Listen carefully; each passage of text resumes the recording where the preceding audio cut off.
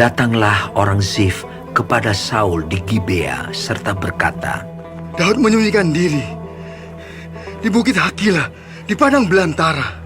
Lalu berkemaslah Saul dan turun ke padang gurun Zif dengan 3.000 orang yang terpilih dari orang Israel untuk mencari Daud di padang gurun Zif.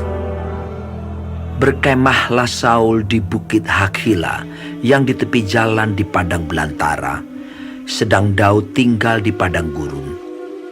Ketika diketahui Daud bahwa Saul datang mengikuti dia ke padang gurun, disuruhnyalah pengintai-pengintai, maka diketahuinyalah bahwa Saul benar-benar datang. Berkemaslah Daud lalu sampai ke tempat Saul berkemah.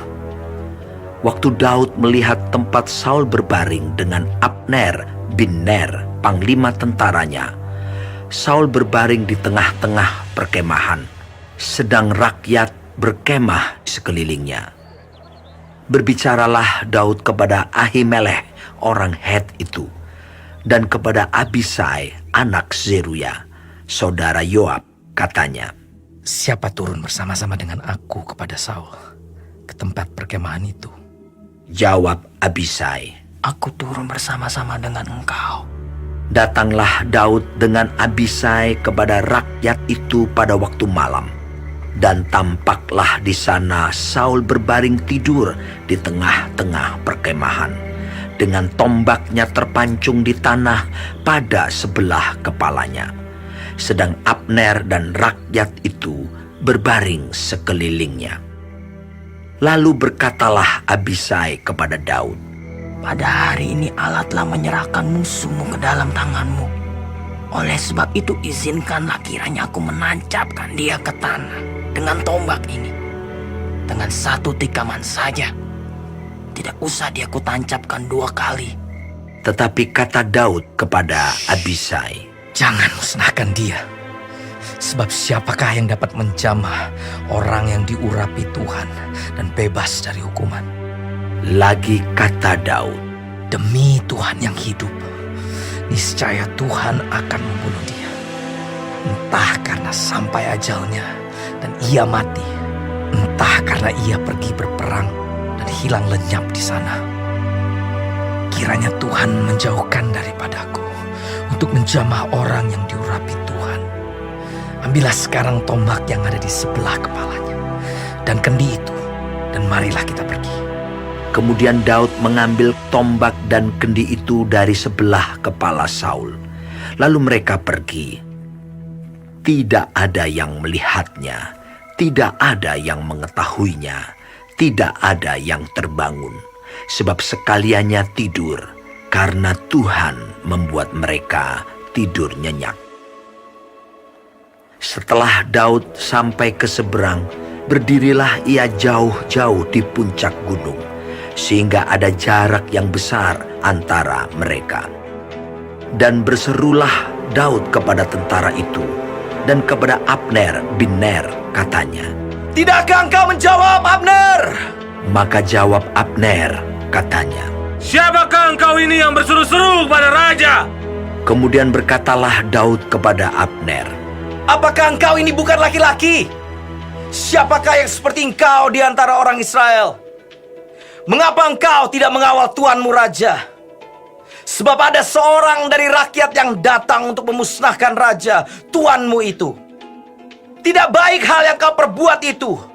Demi Tuhan yang hidup, kamu ini harus mati. Karena kamu tidak mengawal tuanmu, orang yang diurapi Tuhan itu. Sekarang, lihatlah, di mana tombak raja dan kendi yang ada di sebelah kepalanya. Saul mengenal suara Daud. Lalu ia berkata, Suaramu kah itu, anakku Daud? Jawab Daud. Suaraku, tuanku raja. Lalu berkatalah ia, Mengapa pula tuanku mengejar hambanya ini? Apa yang telah kuperbuat? Apakah kejahatan yang melekat pada tanganku? Oleh sebab itu, kiranya tuanku raja mendengarkan perkataan hambanya ini. Jika Tuhan yang membujuk engkau melawan aku, maka biarlah ia mencium bau korban persembahan. Tetapi jika itu anak-anak manusia, terkutuklah mereka di hadapan Tuhan, karena mereka sekarang mengusir aku, sehingga aku tidak mendapat bagian daripada milik Tuhan, dengan berkata, pergilah, beribadahlah kepada Allah lain. Sebab itu, janganlah kiranya darahku tertumpah ke tanah, jauh dari hadapan Tuhan. Sebab Raja Israel keluar untuk mencabut nyawaku, seperti orang memburu seekor ayam hutan di gunung-gunung. Lalu berkatalah Saul, Aku telah berbuat dosa. Pulanglah anakku Daud, sebab aku tidak akan berbuat jahat lagi kepadamu. Karena nyawaku pada hari ini berharga di matamu. Sesungguhnya perbuatanku itu bodoh, dan aku sesat sama sekali. tetapi Daud menjawab, Inilah tombak itu, ya Tuanku Raja. Baiklah salah seorang dari orang-orangmu menyeberang untuk mengambilnya. Tuhan akan membalas kebenaran dan kesetiaan setiap orang. Sebab Tuhan menyerahkan engkau pada hari ini ke dalam tanganku. Tetapi aku tidak mau menjamah orang yang diurapi Tuhan.